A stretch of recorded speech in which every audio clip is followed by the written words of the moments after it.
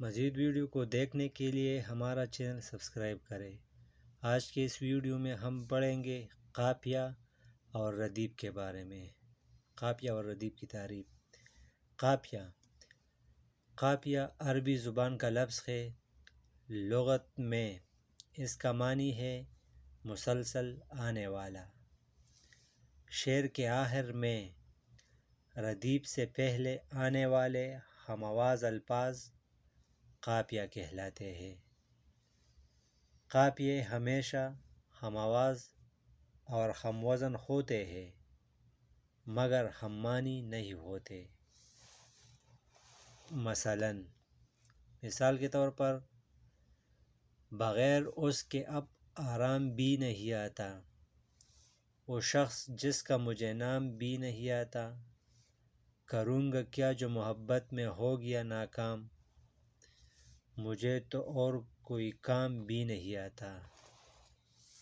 وضاحت: ان اشعار میں آرام، نام، کام یہ سب قافیے ہیں۔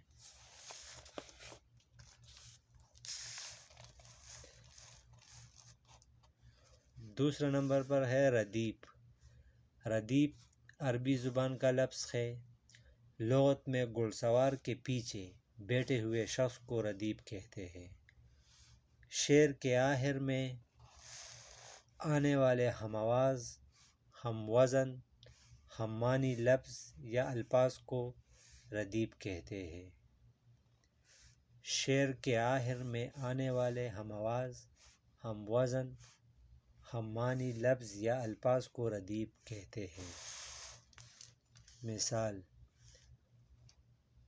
گم ہے جو تیری آنکھ کا منظر تلاش کر، باہر جو کھو گیا ہے وہ اندر تلاش کر، جو تجھ کو تیری ذات سے باہر نکال دے، دشتِ جنون میں ایسا قلندر تلاش کر۔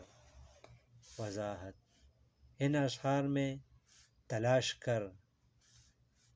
کر ردیف ہے۔